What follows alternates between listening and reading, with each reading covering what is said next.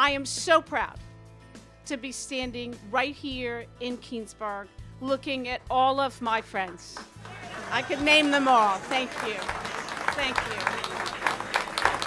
My family would be here, but I'm really quick to point out that my son, I'm very proud to say, is at Vance Air Force Base.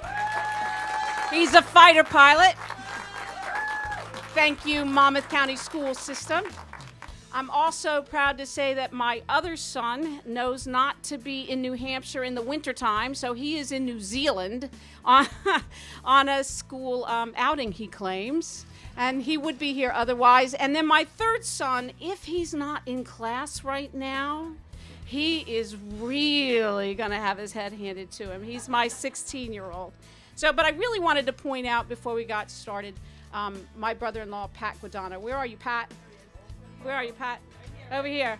Pat Guadagno has gotten the rights to a song, and I can't think of a better way to kick off a campaign than having a whole slew of really talented Jersey musicians sing a song about making New Jersey better. And it was written and conducted by Pat Guadagno and a lot of Jersey Shore musicians. Please, ladies and gentlemen, give Pat Guadagno a hand.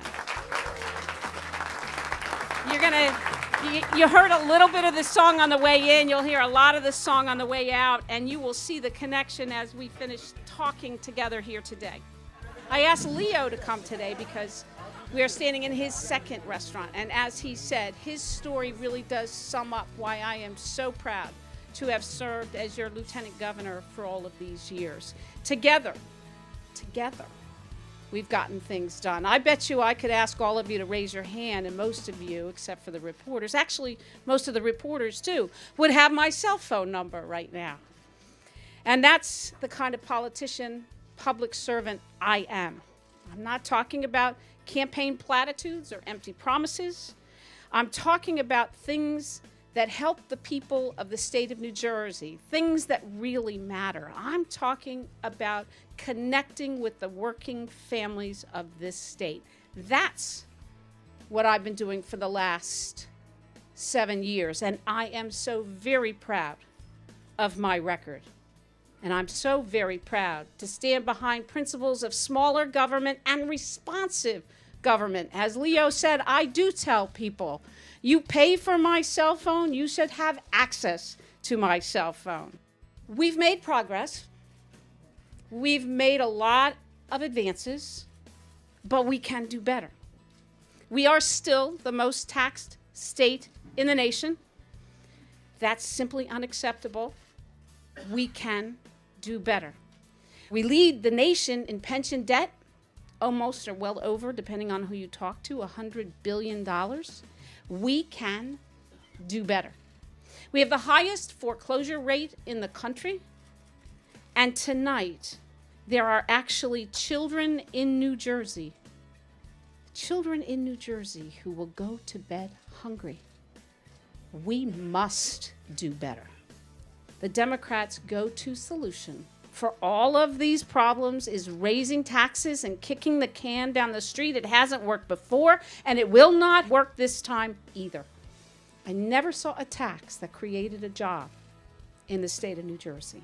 We need a governor who will make tough choices to bring economic stability to our state. We need a governor who realizes that our state cannot meet its financial obligations if we continue down this road. We need a governor who will fight the Democrats' knee-jerk reaction to raise your taxes. Some of the candidates for governor have already promised to raise your taxes on the most taxed people in the country.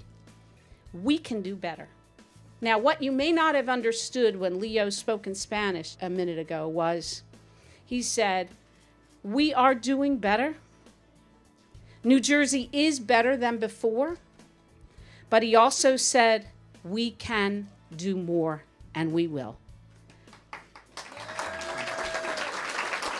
And that's why today, here in Keansburg, Monmouth County, New Jersey, I am declaring my candidacy for governor of the state of New Jersey.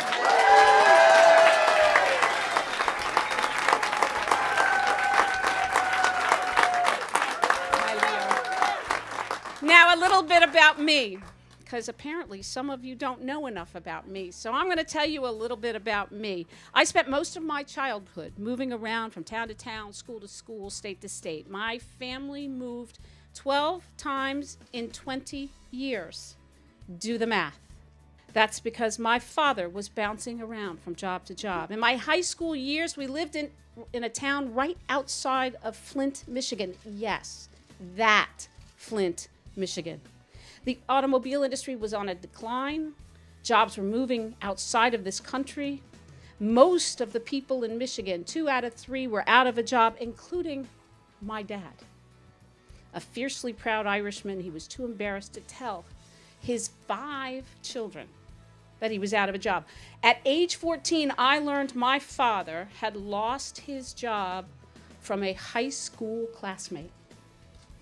That's the kind of thing you never forget growing up. That's the kind of thing that has a lasting impression on you. That's the kind of thing that teaches you a lesson that you never forget. As a child, I learned a simple and lasting lesson that when you can't pay your bills, you don't keep spending money. My mom and dad, when he lost his job, cut way back. There were no new cars. There were no new vacations. I'll never forget when my mother opened her pocketbook and cut up every single one of her credit cards because there simply wasn't any money. We all pulled together to make ends meet. That's the way our government has to work. When my parents did back then is what people in New Jersey still have to do today to make ends meet. Cut out the luxury items. Cut up those credit cards and stick to the basics. State government has to do the same. We simply do not have the money to turn the State House into the Palace of Versailles. We cannot afford to borrow billions of dollars to build a new rail line when our roads and our bridges are crumbling.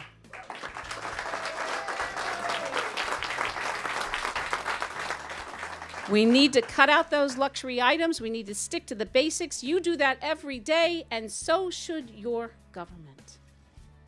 When I married my husband, Mike, I knew New Jersey would be our home. There was no moving all around the country for me and my family. Mike was born here, my husband. He was raised in New Jersey. All 3 of my children were born and raised here, too.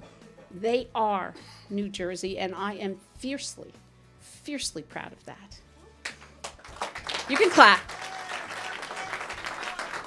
So when I got a chance to serve my state, as the chairman said, I ran and became the first woman elected sheriff in Monmouth County. I'm proud of that. It wasn't easy. I was constantly judged in both politics and law enforcement. I wasn't Republican enough. I wasn't law enforcement enough. I was a girl. Okay, I was a woman. I never really did quite fit in with that old boys network. But I persevered. I worked hard. I won. And then I did the job I was elected to do as sheriff.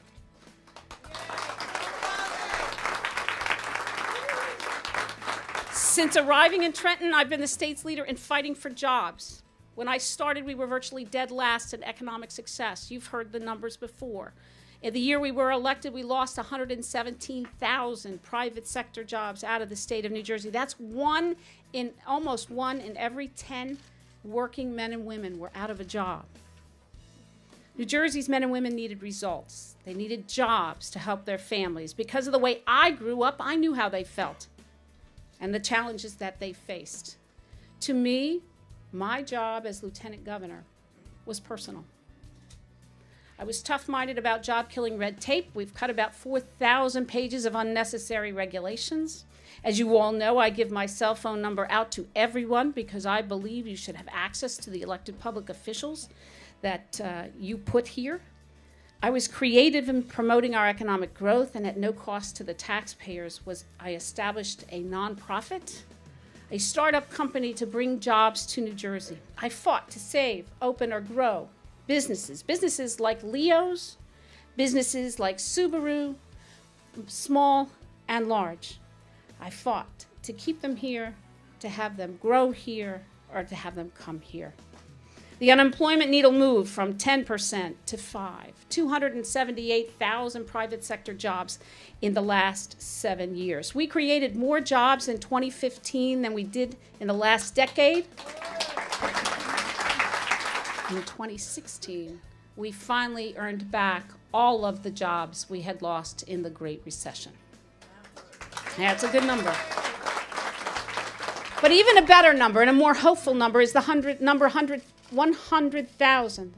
Last year, more than 100,000 businesses filed to open and begin their lives in the state of New Jersey. That's up 20% from when I got started. That number, 100,000 new business filings, should convince any of the naysayers that there are better days ahead for all of us here in New Jersey. That's a fabulous number. Now, I have traveled, as you heard, tens of thousands of miles in several cars that you pay for. I don't do the helicopter. Oh, come on. That's going to be the headline tomorrow. But I've looked New Jersey in the eye on its good days and on its bad days. What I've been able to do every day for the people of New Jersey by simply answering my phone inspires me to do more. What I've seen drives me to serve as your governor. I've seen people with great hearts and tremendous resilience right here overcome great challenges. People who constantly strive to make the lives and future of their kids better. Without fanfare, without cameras, without press availability, I did my job. I've reached out. Come on, if you can't have fun making this announcement, everyone, there is just no point. There's no point. And I will say it right here. For those of you that think that I have been silent for the last 7 years, you simply haven't been listening.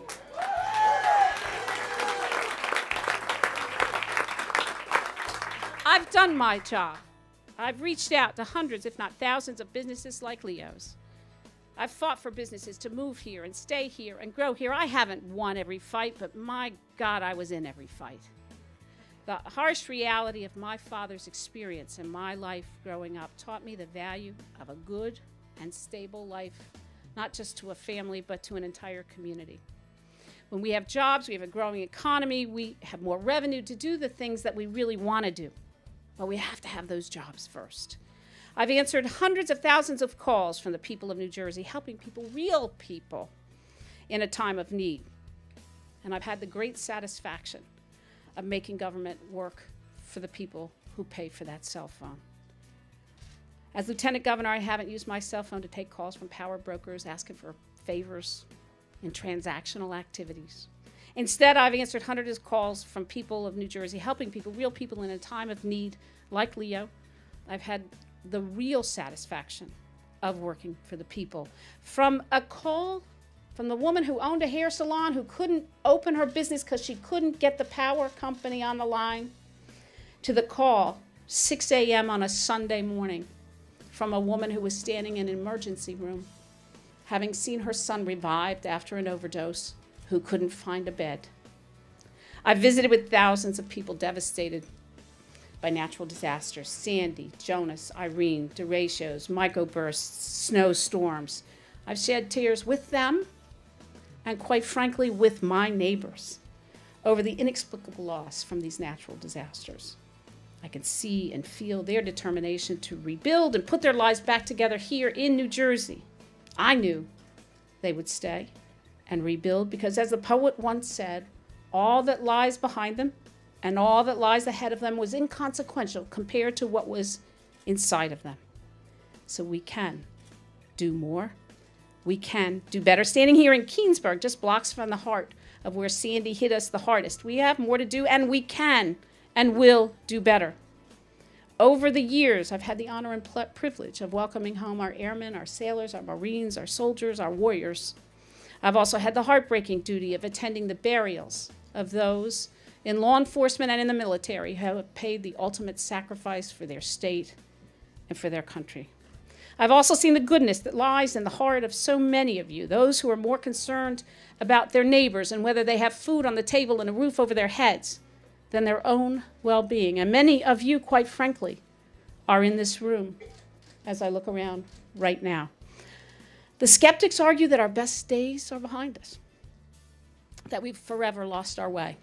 I couldn't disagree more. I know we can and will do better. You want your taxes to actually go down, don't you? Yep. You want to keep your families close. You want to grow up in communities that your parents grew up in, or at least have a choice and a chance to. You want those communities to be better for your children than they were for you. You want your governor to be committed to making New Jersey a place for families, who strives to do better, who answers the phone, who is there in a crisis, who walks in your shoes, who cares fearlessly and without exception about you and only you. I want to be governor because I know we can do better in so many different ways. I will lower taxes so you don't have to send so much of your hard-earned money to Trenton in the first place.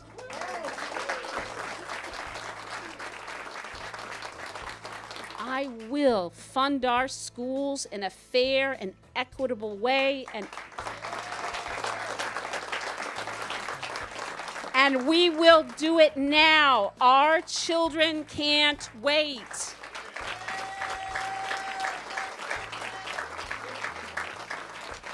I will eliminate wasteful spending. We will become more innovative and responsive. No, I will not change my cell phone number.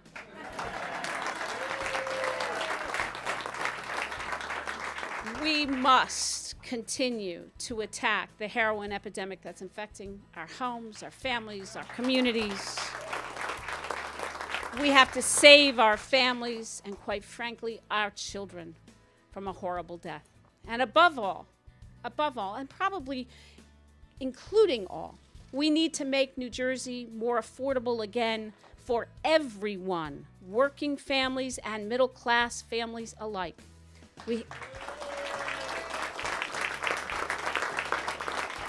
In the days and weeks ahead, I will set out concrete plans about how we're going to do this and more. As governor, I thought you wanted to know, I will lead with the heart and value of someone who has walked in the shoes of a blue-collar family, who knows what it's like to lose a job, who knows what it's like to live paycheck to paycheck. As a governor, I will lead with conviction to make the rough and tough decisions that have to be made, but the compassion to help others in need.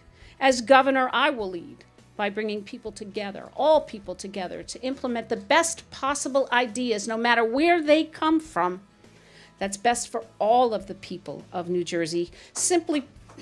I'll take that.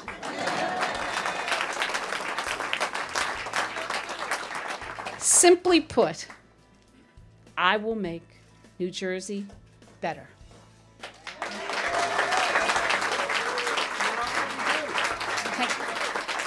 Now, this is going to be a hard and challenging campaign, as the chairman said. I pledge to all of you a full-bore effort, and will reach out to everyone and anyone who wants to help us with what we believe in. In short, I am all in.